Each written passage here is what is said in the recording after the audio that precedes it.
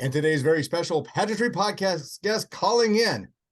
When the original supermodels, you know her face, you know her name, Kim Alexis. Kim, thank you for calling in today. Yes, thanks, Carl. Thanks for having me. I'm so excited to speak to you today since, within the glamour lifestyle industry, beauty pageant, modeling, talent, and I've been waiting for a while to speak to you and get your views on the industry and where we can go. So if you're ready, I'm ready. Uh-oh. I don't know about the views, but go ahead. How did you originally get your start in modeling? Oh, gosh. I was 17. I was a senior in high school, and I was looking to make extra money. So by the fall of my senior year, I already knew which college I was going to. I was on their swim program at the University of Rhode Island.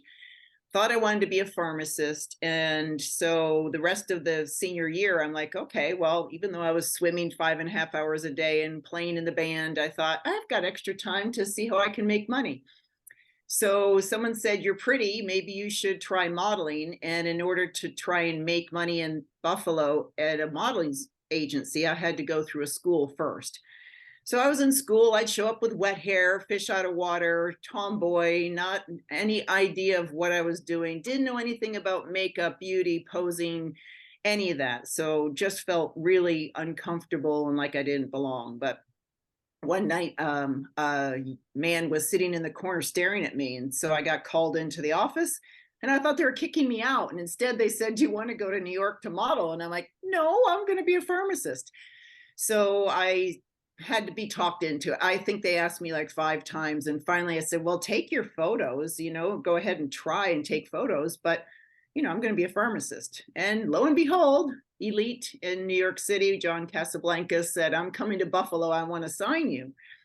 And so he offered me a year contract of money guaranteed that was too good to pass up. So I figured I can always go back to college the year later and just give it a try for a year.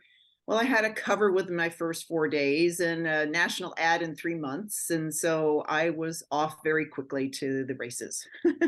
I think it worked out okay for you. Yeah, I never went back to college. Speaking of your first cover, in the age of the Super Bowl, your face, you were everywhere. Do you have any idea of how many covers you actually graced through all the different titles?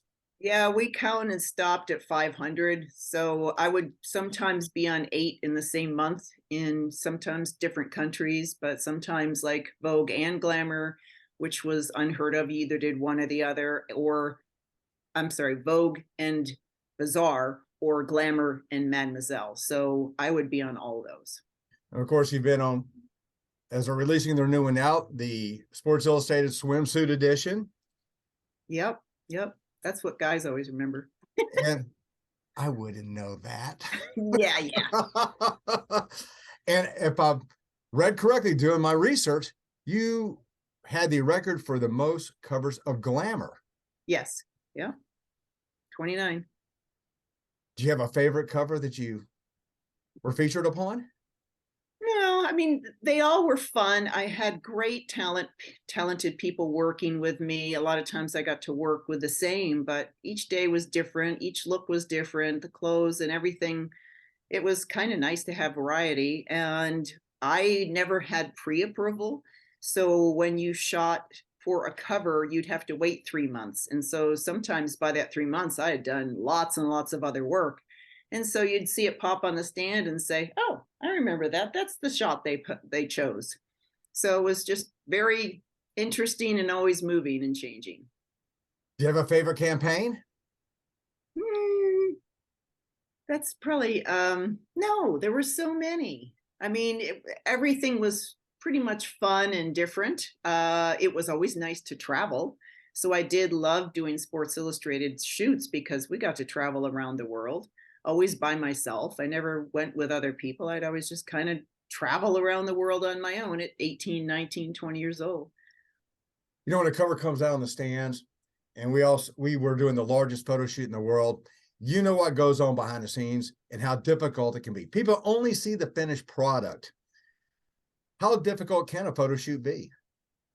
It can be very difficult. Normally hair, makeup, the clothing, picking out the earrings and the clothes is about 4 hours. 3 hours, 4 hours. So that can get tedious. And being a tomboy like I was, I'm like, oh, really? We need to spend this much time on all this? So I didn't enjoy that part. I wanted to get in front of the camera and just play. And that was where I had the most fun. So it could be tedious, yes. That was your element, in front of the Yeah. camera.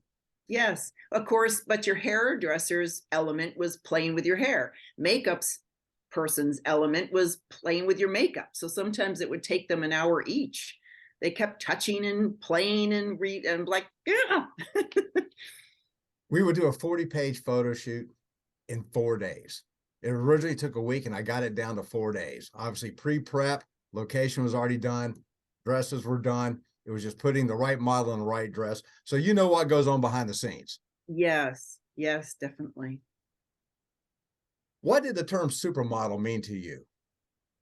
Well, it wasn't a term that I started out when I was working. It developed probably 1985-ish. I don't know. We can all kind of reminisce and look back, but I had probably been working 5 to 7 years already.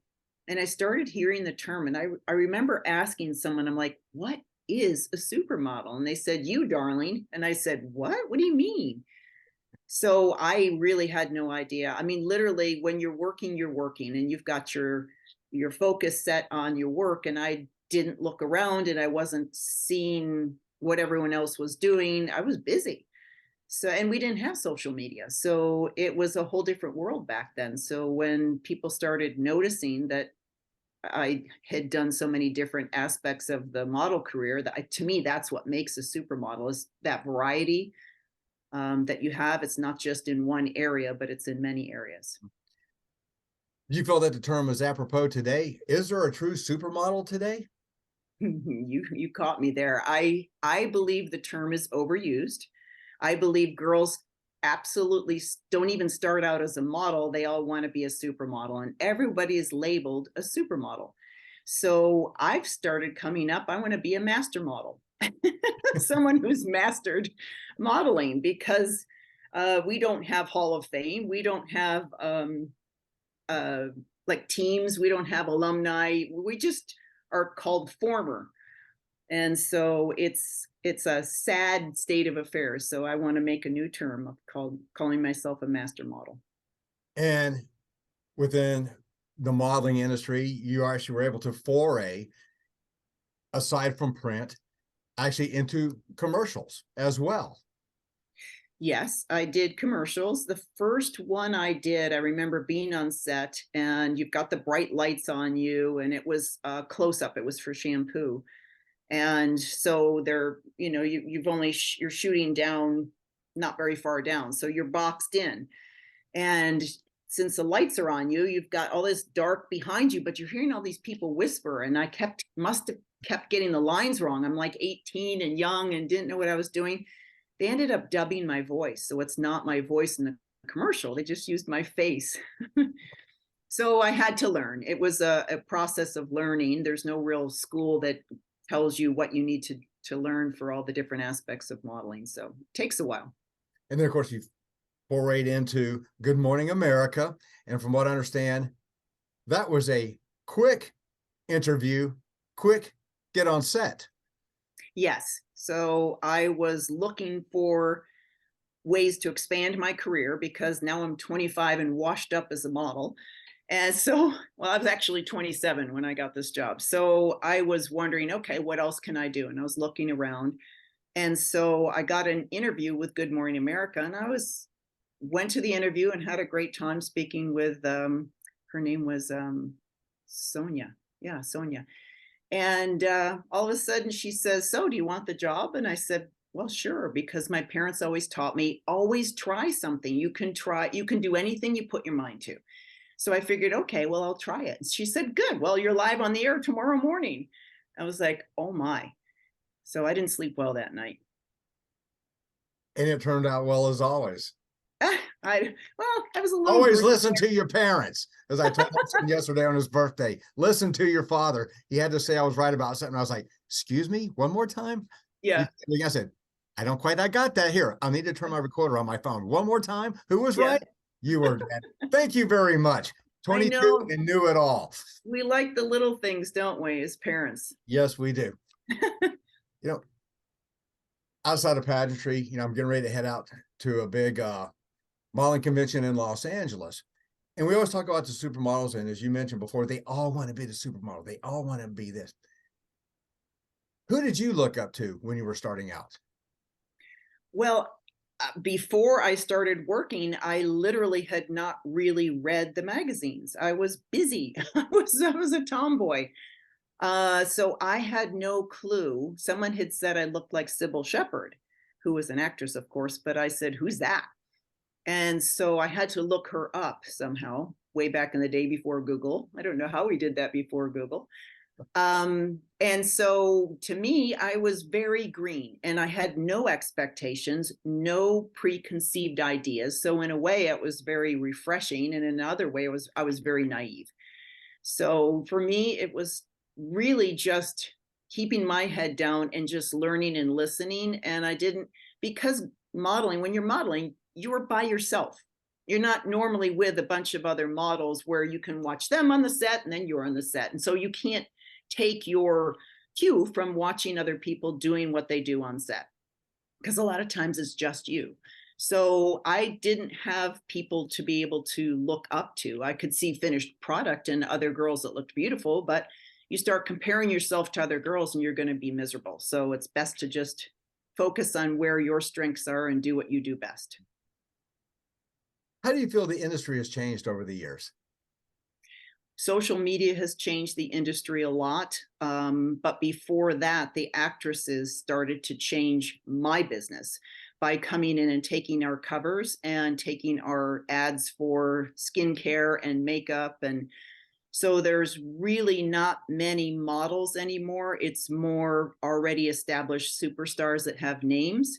And then with social media, the companies are interested in how you can help promote their product instead of them just doing the advertising themselves. What do you feel is the biggest challenge facing the industry today? To me, I think the biggest challenge would be keeping in your own lane. I believe that with social media, with the use of smartphones, everybody's a photographer, everybody's a model, everybody's a makeup artist, everybody does all their own stuff, versus back when I was working and when I did covers, you had a hairdresser that was the best in their field. You had a makeup artist who was the best in their field. You had photographers that knew what they were doing, and everything was high quality.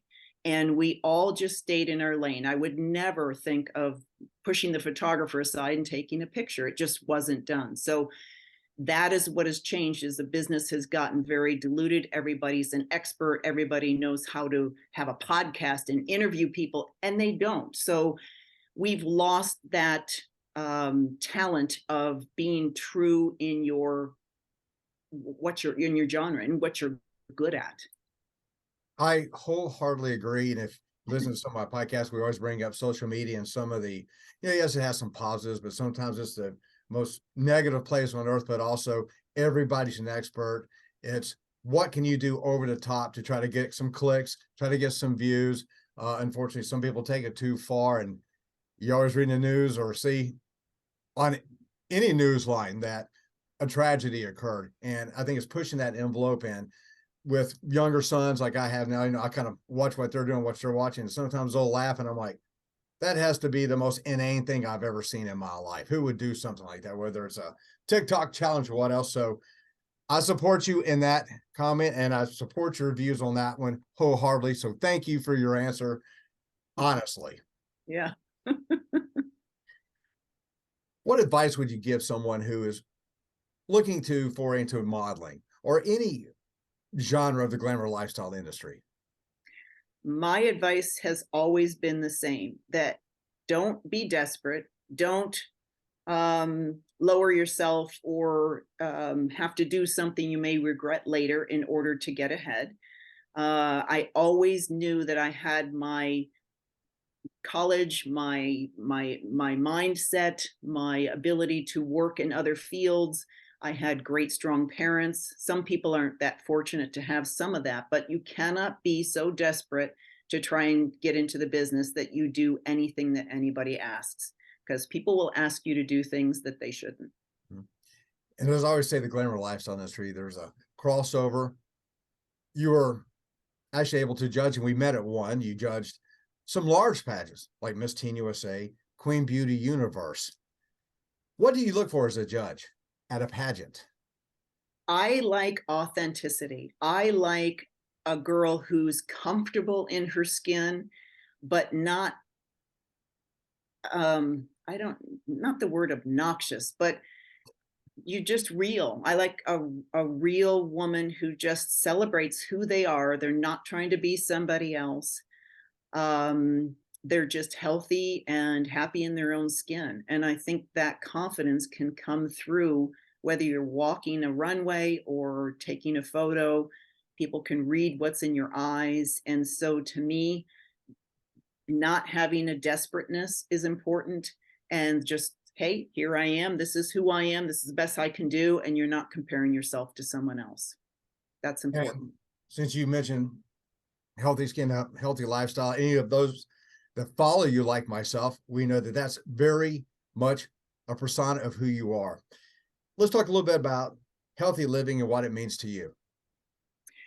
Healthy living or clean living to me is staying free of toxins in all aspects, whether it's what you watch, what you listen to, what you put on your skin, how you clean your house, all how you talk to yourself, your self-talk.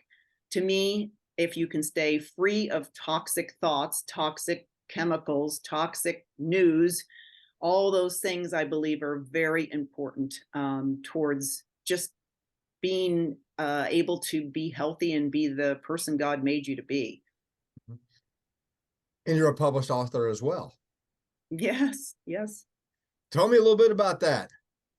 Well, I've written books. I started out writing books and needed a ghostwriter. Back in the day, I think my first book came out in '99. And then I wrote two other books with ghostwriters that were printed. And then I started venturing off and figured out that there were ebooks. And so I started writing my own ebooks. My first ebook was trying to publish so that when people, it was about how to be discovered as a model, because I had so many people ask me that question. I figured, here's a detailed answer. It's only like $3. Go to Amazon and buy it. So it helped cut down on all the moms and people who were all confused and wanted to know the inside bit of the business and how it works and what you have to do. And so that was important to me. And then I thought, oh, this is kind of fun. So I started writing books about my health journeys. And as I'm going to a big model convention, it's a lot different nowadays to where they bring in a lot of the agents, the managers, the scouts, where these young people, actually of all ages, and they're looking, for actors, dancers, singers, whatever, that they actually bring them all together for a full week, as opposed to just trying to beat the streets in New York. Hopefully that you can get a call back. Hopefully that someone will actually, look at your card or whatever the case may be. So it seems to be a little easier nowadays than sometimes just hoping and waiting to maybe LA, New York, that someone will take a liking to you, correct? Right. Yeah. Sometimes some people need to start in small towns also and get either confidence or more photos or a little bit of all of it, and then venture off into the bigger cities. I jumped right into a big city right away, and I'm not sure if I was ready for it, but that's what was handed to me. So that's what you got to run with. I'll say it again, and you did well. Thank you. You kind of touched upon it briefly before, and there are a lot of things that are important to your life: healthy lifestyle, positive, etc. But faith is a big point as well, correct? Yes, yes. So I found quickly in the business that it was not only critical and not only focusing on the outside, but in a way empty. And so I had grown up in a Presbyterian church, was actually an elder of my church at 17. And so I kind of drifted off, but I realized not happy. That's not a good place. So ended up coming back and had a nanny actually, who I was probably about 29 years old.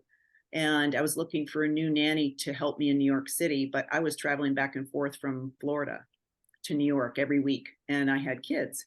So I put an ad in the paper, and this nanny came and she said, for the interview, and she said, "Hi, my name is Ann Brown, and God told me I'm supposed to work for you. My bags are packed, they're in the trunk." And I thought, wait, what? God still speaks to people? I thought he just wrote the Bible and then he was quiet. So I didn't realize that that was an active relationship with God. So she brought me to that faith journey, which I now find great peace in, and it's what keeps me going. Thank you very much. As one who grew up at the church and was almost a Baptist minister one time, and we have a lot of pastors in our family, I do love to hear that someone also follows the path. So thank you very much for that. It's where my strength comes from. How can fans follow you online in any division, wherever the case may be? So I have a website, kimalexis.com. On there, there's all my past work. There's ways to click on my different social media platforms, which is Instagram, Facebook, LinkedIn, Pinterest, whatever. And then I also have a place for newsletters. So once a month, I put out a newsletter of Keeping Up with Kim. I'm going to have to subscribe to that one. I must have missed that one. Is there anything you'd like to discuss that maybe I was remiss in bringing up? I just think it's important for young girls out there. I feel a responsibility as a mom to just let young girls know, if you're having trouble in this business and if it's not working, to just focus on what your strengths are and find something that makes you happy, where you get up in the morning and you feel fulfilled. And sometimes it's not the area that you think it is, and you may go off in another direction.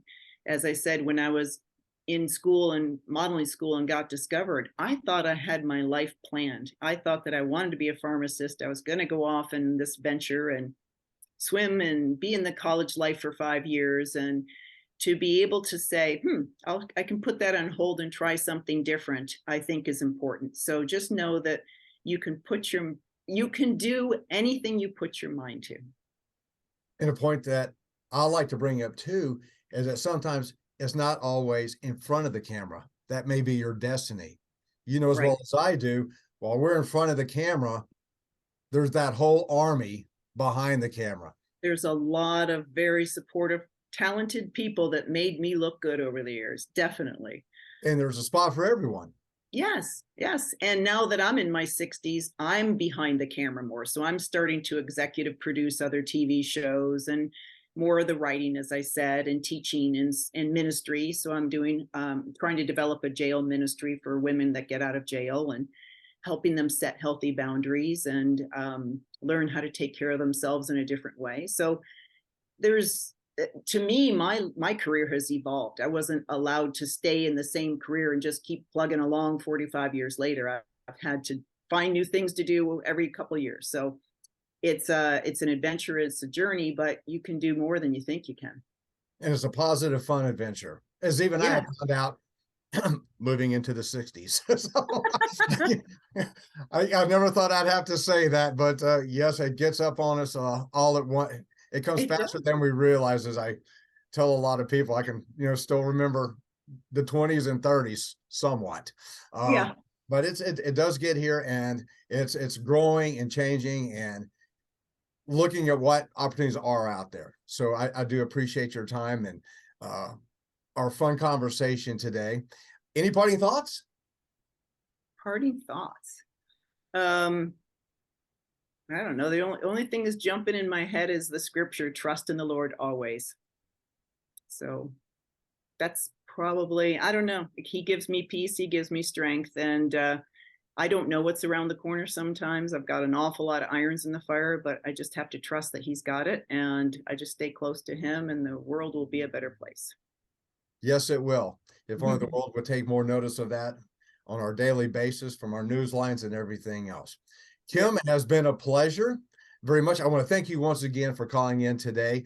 I know we kind of pushed it very fast with your schedule and my schedule. It will be coming out obviously in Pageantry Magazine, then it'll be in Pageantry Digital. Then we'll edit it out for our multimedia divisions of YouTube, our website, Instagram, Facebook, iHeartRadio, iTunes, and we'll be getting together to talk to you a little bit more about what we need for everything else. So thank you so much today. You're welcome. Have a great day. And today's very special Pageantry podcast guest has been Supermodel Kim Alexis. Kim, I appreciate your time today. I know you're very busy, and I hope we can catch up again soon. Yeah, thanks, Carl. Looking forward to it.